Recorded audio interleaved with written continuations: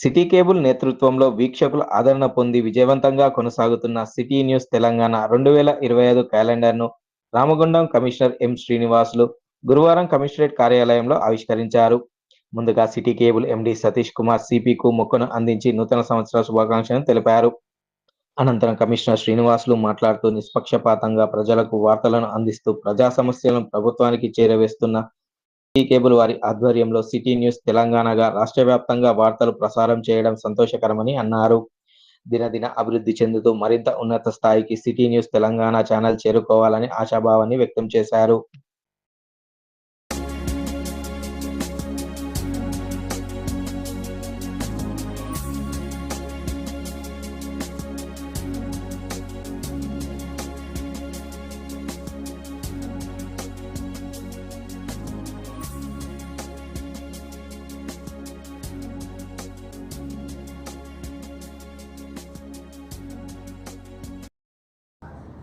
Viewers అందరికీ new year శుభాకాంక్షలు 2025.